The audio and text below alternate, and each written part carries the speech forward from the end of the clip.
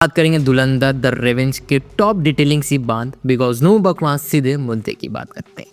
आज हम इस वीडियो के अंदर धुरंधर पार्ट 2 के टॉप डिटेलिंग से बात करेंगे, जहां आपको पता चल जाएगा कि धुरंधर पार्ट 2 द रेवेंज के बारे में कौन कौन सी थ्योरी एग्जिस्ट करती है और तुम्हें क्लियर हो जाएगा कि धुरंधर पार्ट 2 एग्जिस्ट कहाँ जाती है। तो चलो वीडियो को शुरू करते हैं बिना किसी देरी के। बाद तो मेरे चैनल पर नए हो तो चैनल को सब्सक्राइब कर दो, बेल आइकन को और पर क्लिक कर दो, बिकॉज ऐसे तगड़े वीडियोस हम लेकर आते रहेंगे। तो चैप्टर 1 की शुरुआत होती है अपने जसकीरत सिंह के भाई के इंट्रोड्यूसिंग के साथ, जहाँ पता चलता है कि इनकी पास्ट लाइफ में क्या क्या होता है। आपको पता होगा कि उनके पास्ट लाइफ में बहुत कुछ होता है। उनके फादर को भी फांसी पर चढ़ा दिया जाता है, उनकी बैंक के साथ गैंग रेप हो जाता है, और इतना सब होने के बाद किसका मन शांत रखता है। अपने जसकीरत भाई उठते हैं, गन लेते हैं और ठोकर निकल जाते हैं, लेकिन कानूनी तौर पर वो भी एक अपराध करते जिसकी वजह से कानून उन्हें सजा सुना देते हैं, वो भी फांसी था। इसको देखने के बाद अपने जसकीरत भाई पूरी तरह से हिम्मत तोड़ देते हैं, लेकिन वहीं पर एंट्री होती है आर माधव का, एंड वो एक हीरो बनकर आते हैं और उन्हें ले जाते हैं और उन्हें सिक्योर एरिया पर रख देते हैं, जहाँ ट्रेलर के अंदर हमें देखने को मिलता है उनका एक क्लिप जहाँ पर आर माधव और उनके एक और लेजेंड खड़े रहते हैं और जस्ट सामने में व्हाइट कुर्ता के साथ जसकीरत बैठे रहते हैं। और ये वही सीन है जहाँ पर वो डील करते हैं, तुम धुरंधर प्रोजेक्ट के अंदर इन्वॉल्व हो गए और तुम धुरंधर प्रोजेक्ट को कंप्लीट करोगे, और उसके बदले हम तुम्हारे फैमिली को फाइनेंशियली सपोर्ट करेंगे और गवर्नमेंट फैसिलिटीज प्रोवाइड करेंगे। और वहीं पर स्टार्ट होता है धुरंधर नया पार्ट। एंड इसके बाद अलग तरीके से हमारे जसकीरत भाई मोहरा के टाइप से अटैक करते हैं और लोगों को मारते हैं, और कई सारे गैंग वॉर होते हैं। लेकिन रहमत डकैती कसाई मौत के बाद सब सोचते हैं कि भाई अब रिहारी का बादशाह कौन बनेगा।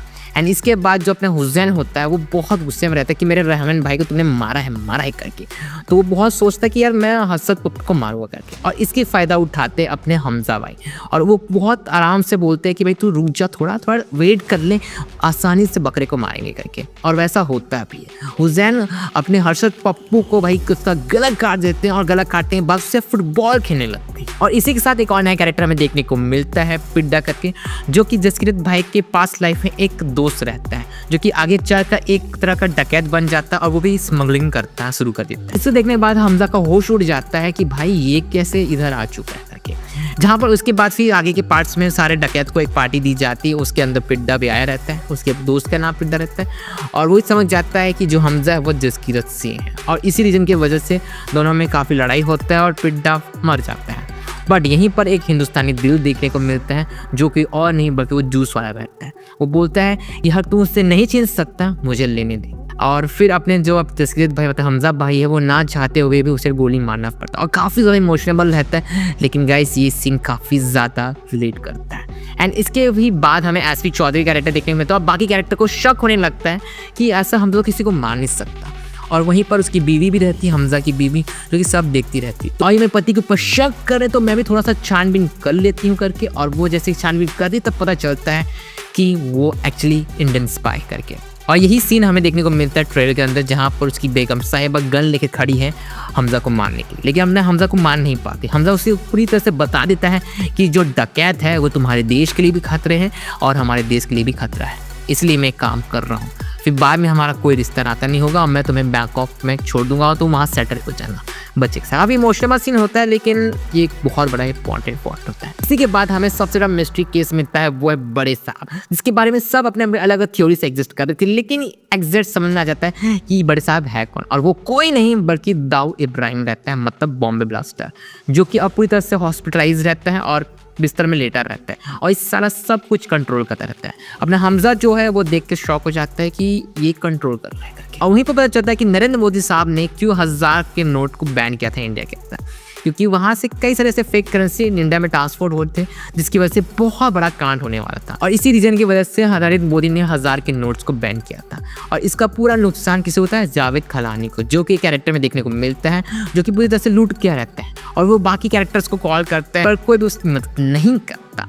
पर वहीं पर हमजा बहुत चालाकी दिखाता है और बोलता है कि आप कहाँ हो, और लोकेशन ट्रैक करता है, और खुद वो चले जाता है उसकी फैक्ट्री में जहाँ 60,000 करोड़ के ताजी नोट रखाए रहते हैं। और वहीं पर एक सीन देखने को मिलता है जहाँ पर अपना हमजा है एक छत के ऊपर खड़ा रहता है, पूरा एटमॉस्फेयर रेड रहता है, चेहरे पे गुस्सा रहता है, और वही सीन रहता है जहाँ वो जावेद खलानी को मारता है, गिरा देता है ट्रांसफार्मर के ऊपर से, और वहीं पर उसकी मौत हो जाती है और पूरा फैक्ट्री में आग लग जाता है। इसके बाद सबसे ज़्यादा इंपॉर्टेंट कैरेक्टर आता है, वो है मेजर इकबाल का, जो कि देखने में काफ़ी इंटरेस्ट, लेकिन उससे ज़्यादा उनके बाप का कैरेक्टर देखने को मिलता है, क्योंकि पूरी फिल्म भर में उसका बाप जिस साफ सिर्फ गाली गलौज किया ना यार, अभी तक आर्ट के अंदर किसी और कैरेक्टर ने नहीं किया। मैं जितना गाली गलौज मेजर इकबाल के बाप ने किया है ना भाई, वो किसी और कैरेक्टर ने किया ही नहीं और इसी रीज़न की वजह से मेगा एक बार भी अपने बाप को मार देता है। और वहीं पर हमें 2 रेफरेंस देखने को मिलता है जो कि ट्रेलर के अंदर भी देखने को मिलता है। पहले वाले रेफरेंस में वो उसके बाल कट गए रहते हैं और दूसरे रेफरेंस में उसके बाल उगे रहते हैं। तो लोग का मारा रहता है कि कुछ और है या पास्ट में दिखा रहे हैं वैसा ऐसा, लेकिन वैसा कुछ नहीं होता। वो अपने बाप को मार देता है जिसकी वजह से वो खुद अपने बाल को काट देता है, लेकिन दाढ़ी नहीं काटता है। और वही डिफरेंस हमें ट्रेलर करने देखने को मिलता है। सबसे ज़्यादा इंपॉर्टेंट इस पूरे पार्ट में सबसे ज़्यादा मास्टरमाइंड था वो था आर माधवन, और सबसे इंपॉर्टेंट वो है हमजा का ससुर। एक्चुअली मुझे इसका नाम याद नहीं आ रहा है, लेकिन हमजा का जो ससुर है वो सबसे मास्टर प्लान था, बिकॉज वो एक एडवांटेज था।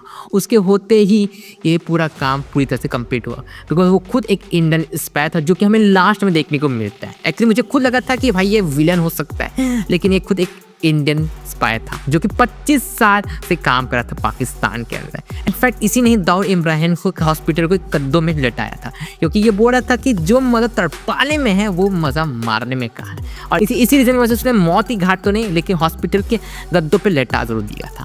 और इसी रीज़न की वजह से दाऊद इब्राहिम का ये हालत हो गया था। एंड मानना पड़ेगा यार, जो मास्टरमाइंड जो अपने आर माधवन ने किया वो बहुत टफ था। लेकिन इसके बाद में जो बोला था ना सबसे ज़्यादा बेचारा कैरेक्टर था वो है अपने हुसैन का कैरेक्टर।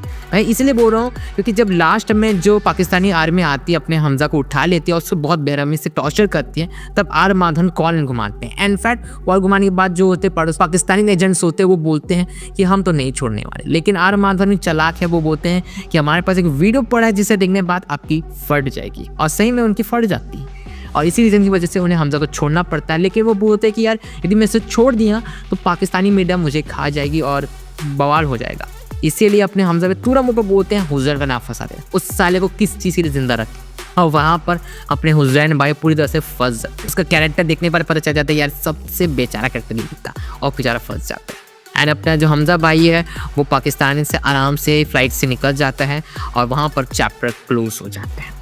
लेकिन कुछ भी देखो यार, इतना में क्लियर लग रहा है कि यार धुरंधर पार्ट 3 जरूर आएगा। इससे पता चलता है कि धुरंधर अपने कंप्लीट नहीं हुआ है, धुरंधर 2nd चैप्टर कंप्लीट हुआ है, बाकी 3rd चैप्टर अभी शुरू होना बाकी है। बिकॉज ध्यान दिया जाए तो पूरी फिल्म के अंदर वो 2 बार अपनी फैमिली की फोटो जलाता है। पहली वाली तो जिसमें खुद अपने माँ बाप के साथ और भाई बहन के साथ है उसकी फोटो जला देता है। उसके बाद 2nd फोटो जब जलाता है उसमें उसकी खुद की बीवी और बच्चे रहते हैं और उसका फोटो वो जला देता है। ये मतलब है कि वो अपनी 2 तरह की दुनिया को तबाह कर दिया है, उसके रिश्ते नाते तोड़ दिया है। अब इससे पता चलता है कि अब वो चैप्टर 3 कंटिन्यू करेगा और चैप्टर 2 खत्म। तो हम बोल सकते हैं कि जो धुरंधर है वो आगे कंटिन्यू होगा एक नए कैरेक्टर के साथ, एक नए लुक के साथ, एक नए मिशंस के साथ। और इससे क्लियर होता है कि धुरंधर ऑलमोस्ट 2nd पार्ट कंप्लीट होता है। लेकिन इसका ये मतलब नहीं कि धुरंधर यूनिवर्स खत्म, नहीं, धुरंधर अभी कंटिन्यू होगा, लेकिन थोड़ा टाइम लगेगा, लेकिन ये बहुत जल्द आएगा। लेकिन आप मुझे कमेंट करके जरूर बताना कि धुरंधर पार्ट 2 आपने देखा या नहीं देखा, और देखा है तो आपकी क्या क्या एक्सपर्टीज थी इस फिल्म को लेकर, मुझे कमेंट करके जरूर बताओ। तब तक मिलते हैं नेक्स्ट वीडियो में। Bye bye and do subscribe now.